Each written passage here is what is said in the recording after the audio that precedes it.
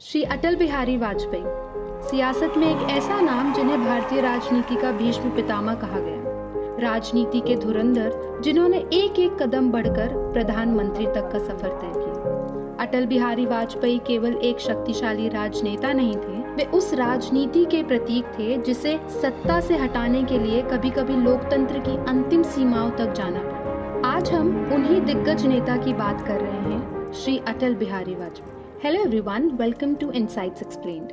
25 दिसंबर 1924 को मध्य प्रदेश के ग्वालियर में जन्मे वाजपेयी के पिता कृष्ण बिहारी वाजपेयी पेशे से स्कूल टीचर थे। अटल जी की स्कूली शिक्षा ग्वालियर में ही स्थित सरस्वती शिशु मंदिर से शुरू हुई। जब वो 10 साल के थे, उनका दाखिला उज्जैन जिले के एंग्लो वर्नाक्युलर मिडिल स्कूल में हुआ, क्योंकि उनके पिता का ट्रांसफर हो गया। उनकी बीए की शिक्षा ग्वालियर के विक्टोरिया कॉलेज में हुई, जिसे अब हम लक्ष्मीबाई कॉलेज के नाम से जानते हैं।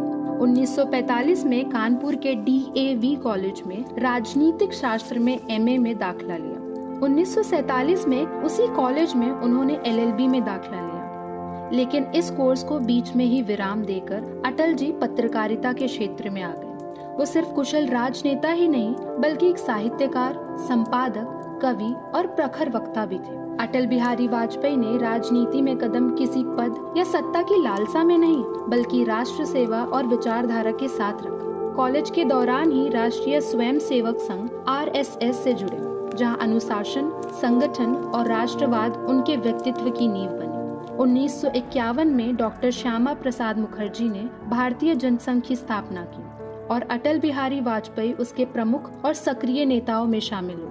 1957 में वे पहली बार लोकसभा सांसद बने। संसद में उनके भाषण इतने प्रभावशाली थे कि प्रधानमंत्री जवाहरलाल नेहरू ने कहा, इस लड़के को संभाल कर रखिए, यह एक दिन देश का प्रधानमंत्री बनेगा। 1975 में जब देश में आपातकाल इमरजेंसी लगाया गया, तब अटल बिहारी वाजपेयी सरकार के सबसे स्पष्ट और वैचारिक विरोधियों में थे।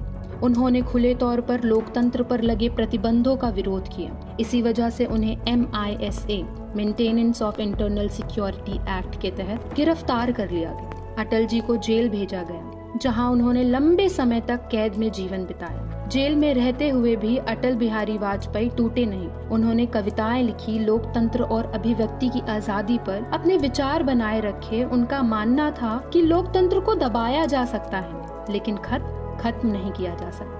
इमरजेंसी के दौरान उन्होंने जयप्रकाश नारायण आंदोलन का समर्थन किया और विपक्षी एकता के पक्ष में खड़े रहे। 1977 में इमरजेंसी खत्म हुई, देश में चुनाव हुए और जनता ने सरकार को हटा दिया। 1977 में जनसंघ जनता पार्टी में विलय हुआ और अटल जी विदेश मंत्री बने। 1980 में जनता पार्टी टूटने के बाद 6 अप्रैल 1980 को भारतीय जनता पार्टी BJP का गठन हुआ और अटल बिहारी वाजपेयी उसके पहले राष्ट्रीय अध्यक्ष बने। अटल जी 3 बार भारत के प्रधानमंत्री बने। 1996 में पहली बार, लेकिन बहुमत न होने से सरकार 13 दिन में गिर गई। 1998 में दूसरी बार प्रधानमंत्री बने। इसी वर्ष के लोकसभा चुनाव में किसी भी पार्टी को पूर्ण बहुमत नहीं मिला, लेकिन BJP सबसे बड़ी पार्टी बनकर उभरी। इसके बाद अटल बिहारी वाजपेयी के नेतृत्व में NDA नेशनल डेमोक्रेटिक अलायंस ने सरकार बनाने का दावा किया और कुछ क्षेत्रीय दल NDA के साथ आए और 1998 में अटल जी दूसरी बार PM बने। लेकिन ये सरकार सिर्फ 13 महीने ही चली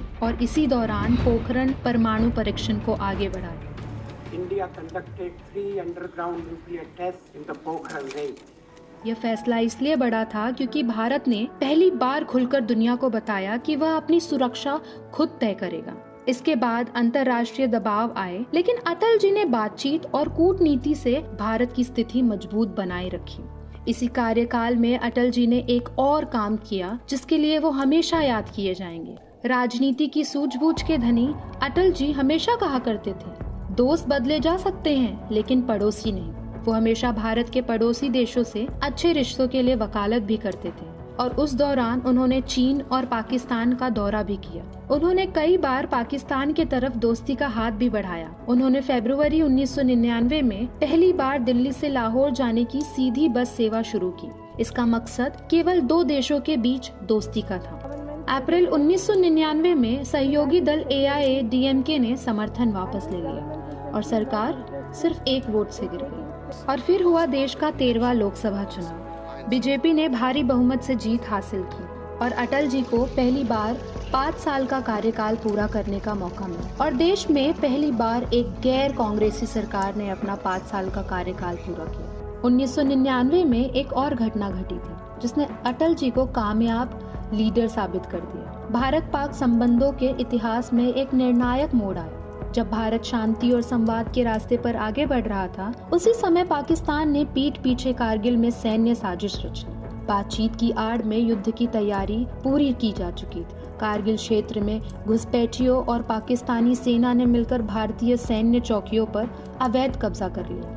यह सिर्फ सीमा उल्लंघन नहीं था, बल्कि भारत की सहनशीलता की परीक्षा थी। इसके जवाब में भारतीय सेना ने जो किया वह इतिहास बन गया। ऊंचे पहाड़, भीषण ठंड और दुश्मन की मजबूत स्थिति, इन सब के बावजूद हमारे जवानों ने अपने शौर्य, अनुशासन और बलिदान से हर चुनौती को पीछे छोड़ दिया। एक एक करके सभी चौकियां वापस ली गई और दुश्मन को पीछे हटने पर मजबूर होना पड़ा। कारगिल विजय ने यह स्पष्ट कर दिया कि भारत केवल सहनशील नहीं बल्कि निर्णायक भी है। इस पूरे घटनाक्रम ने अटल बिहारी वाजपेयी के नेतृत्व को भी परिभाषित किया। एक ऐसे प्रधानमंत्री के रूप में जो शांति में विश्वास रखते थे लेकिन राष्ट्र की सुरक्षा पर कोई समझौता नहीं करते थे। इसके साथ साथ उन्होंने राजनीति में साबित किया कि कठोर निर्णय और मानवीय संवेदना एक साथ चल सकते हैं। सड़कें बनी, कनेक्टिविटी बढ़ी और गोल्डन क्वाड्रिलेटरल जैसे प्रोजेक्ट भारत की रफ्तार बन गए। अटल बिहारी वाजपेयी कई सम्मानों से भी नवाजे गए। भारत सरकार ने उन्हें 1992 में पद्म विभूषण से सम्मानित किया। कानपुर विश्वविद्यालय से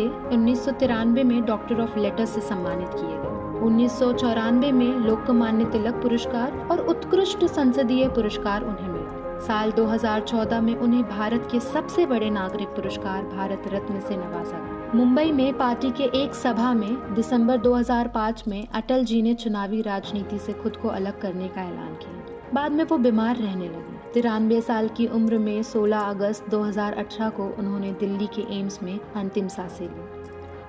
उन्होंने कभी हार को स्वीकार नहीं किया। समय के कपाल पर अपनी पहचान लिखने वाली यह अटल और निर्भीक आवाज हमेशा अन्याय के विरुद्ध खड़ी रही। आज वह स्वर भले ही मौन हो गया हो, लेकिन भारतीय राजनीति का वह चमकता सूर्य कभी अस्त नहीं होगा।